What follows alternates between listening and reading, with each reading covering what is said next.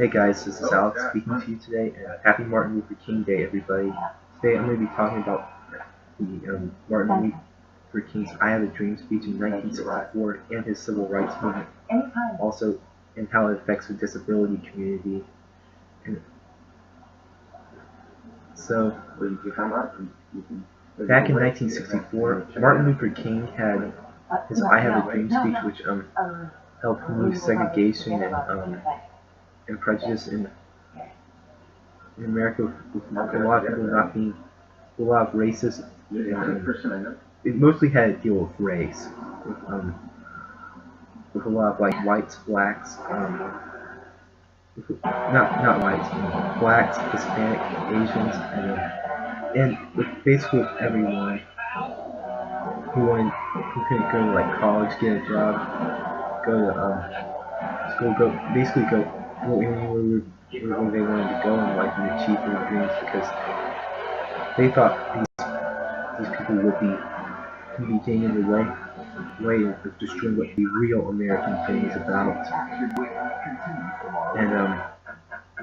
And one person named Martin Luther King, who was upset about there was only a white only place with like buses, cars, buildings also, and he decided to start like the 1964 civil rights movement, where he made his "I Have a Dream" speech, where he pushed for no one to, where everyone had equal rights to for everything, where they wanted to go to college, where they wanted to have their own place, and who they wanted to, and basically do what they want to do with their lives, and achieve their dreams one way or another. While he has done it to an extent, it hasn't been fully achieved yet, and one of the major communities I'm involved in, which is the disability community, has not filled the dream yet. And while we've had the ADA, which has helped with like accommodations and with other things of helping to improve the quality of life of disabled people, we're still facing a lot of segregation and a lot of prejudice from like our parents, caregivers, guardians. We still have a lot of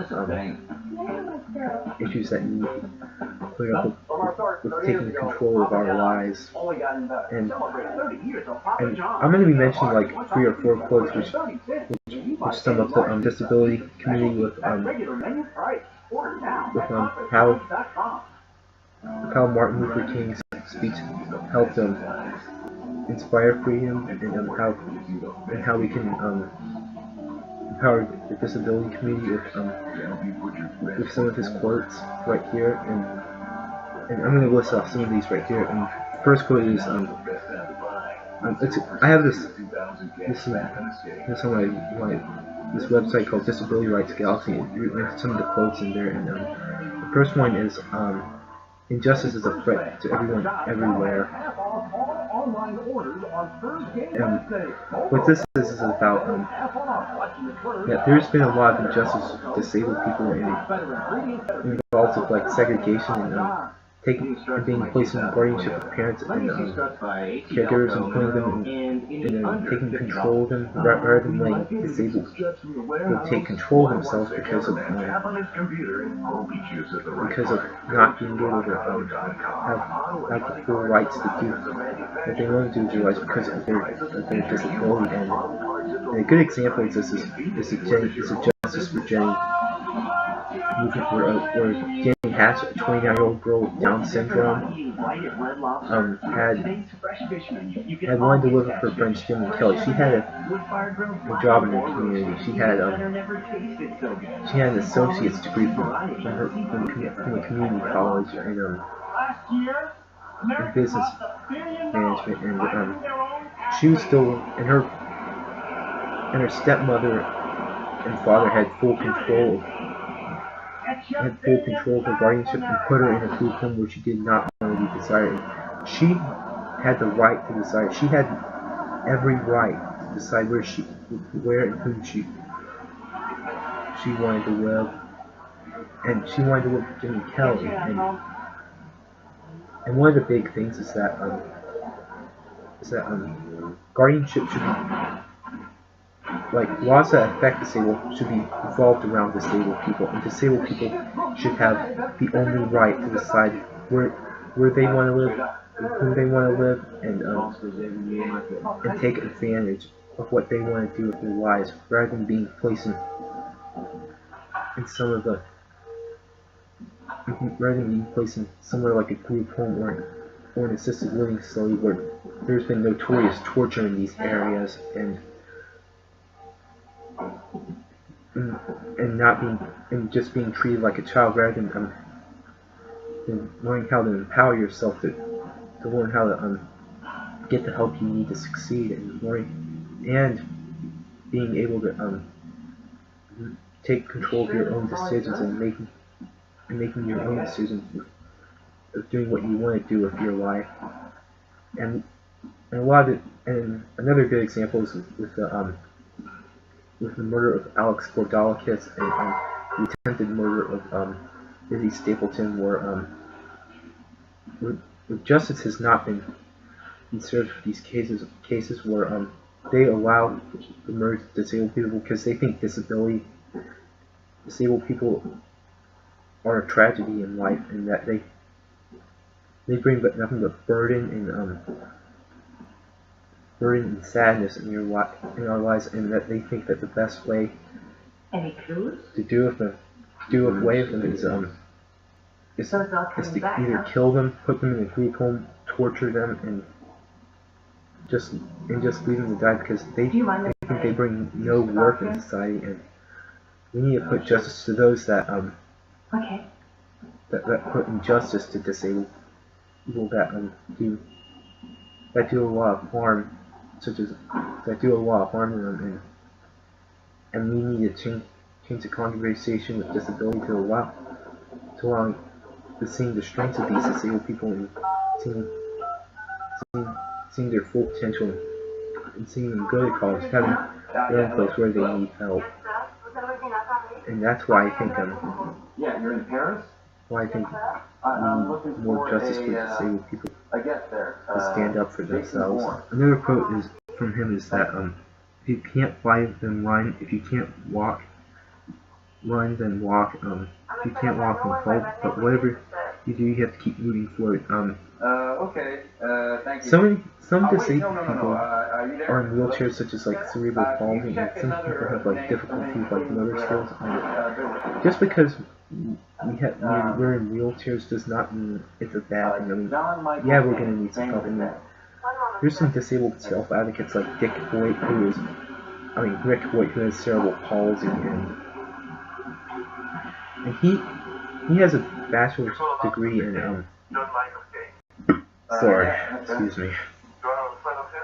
He has a bachelor's degree in special education. It took him 9 years to get. He knew it was going to be very hard to get since he had a disability, but he managed to overcome it. And he's also been involved in a lot of marathons with his father, Dick Hoyt, and he has his own apartment. And even though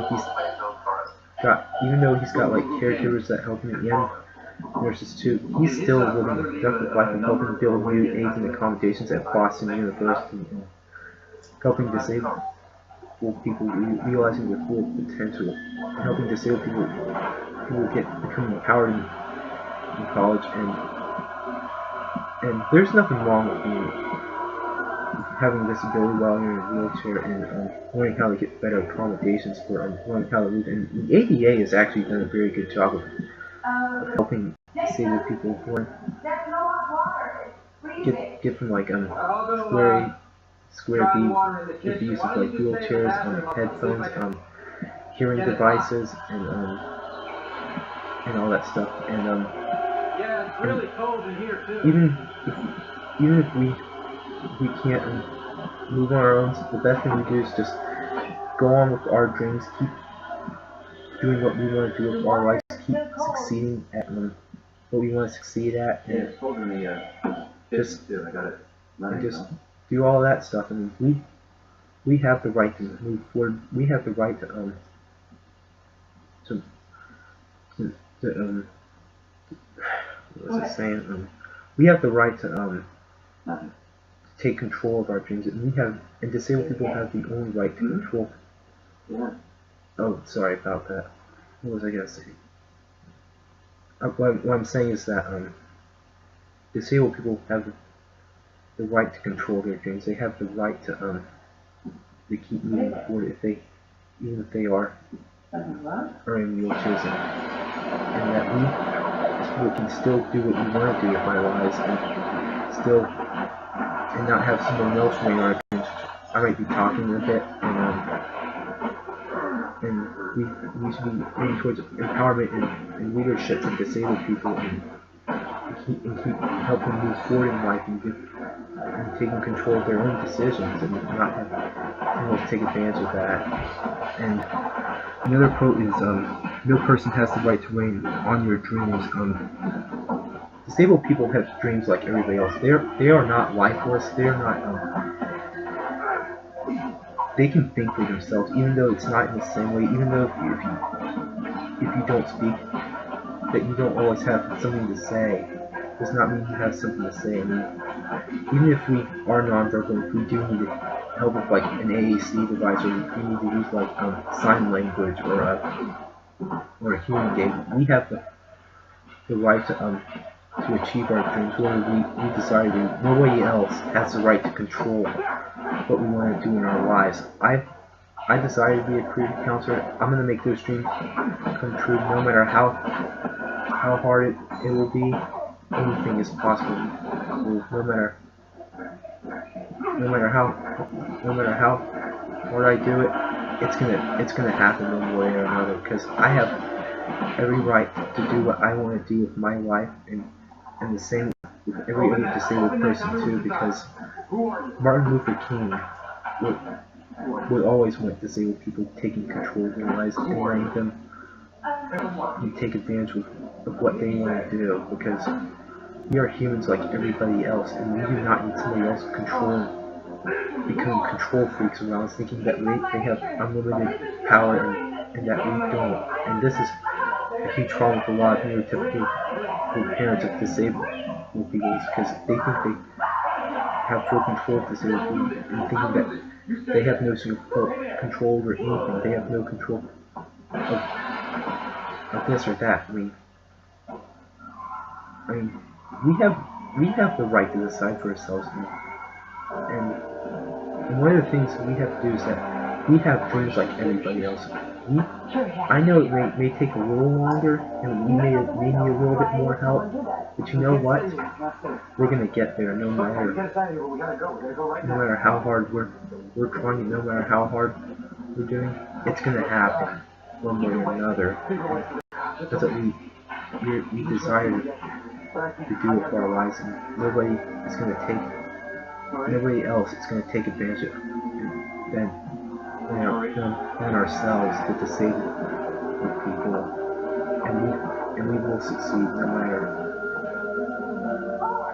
how low the odds are, or how hard things, or how hard the subjects are. We're here to succeed.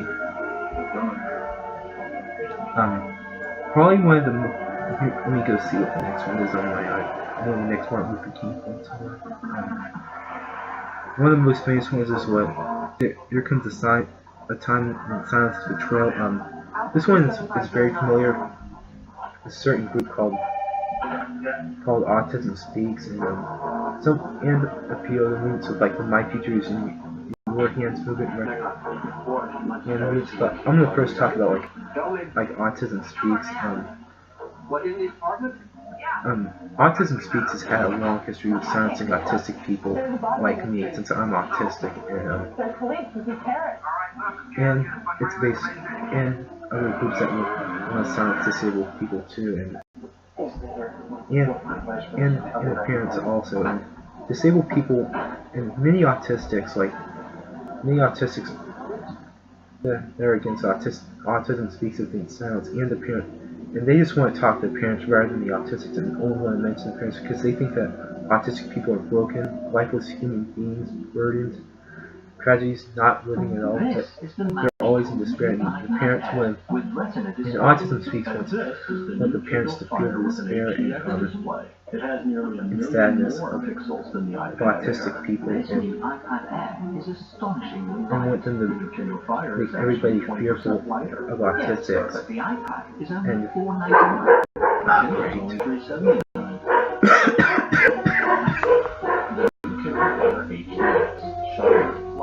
sorry, I have a bad cough. It's getting a little bit better.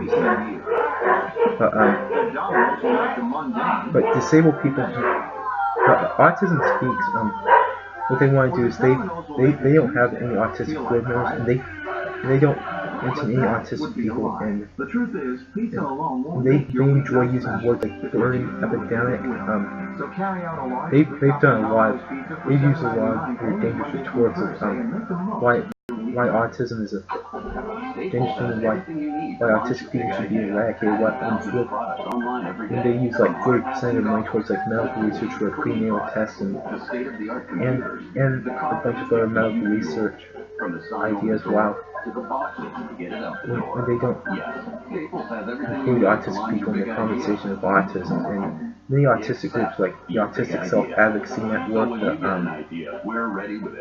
Dan Marino Foundation, Ollie Autism Women's Network, are wanting to stop the sounds of Autism Speaks, and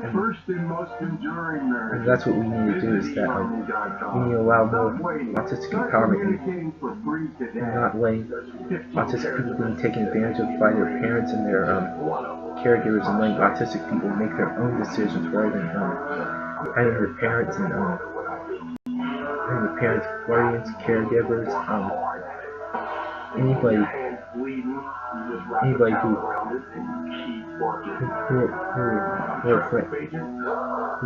knows, who are very familiar with autistic people, take control of them and put them in very uncomfortable situations, like putting them in group homes, institutions, and in nursing facilities also. And autistic people should be detesting a lot of these ideas, because we have the right to have our independence and freedom to do what we want to do with our lives. Whether we want to go to college, get a job,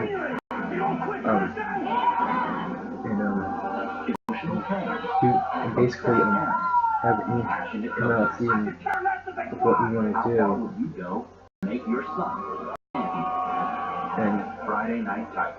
And that's pretty much it about the silencing part. And take care, guys, and happy Martin Luther King Day, guys.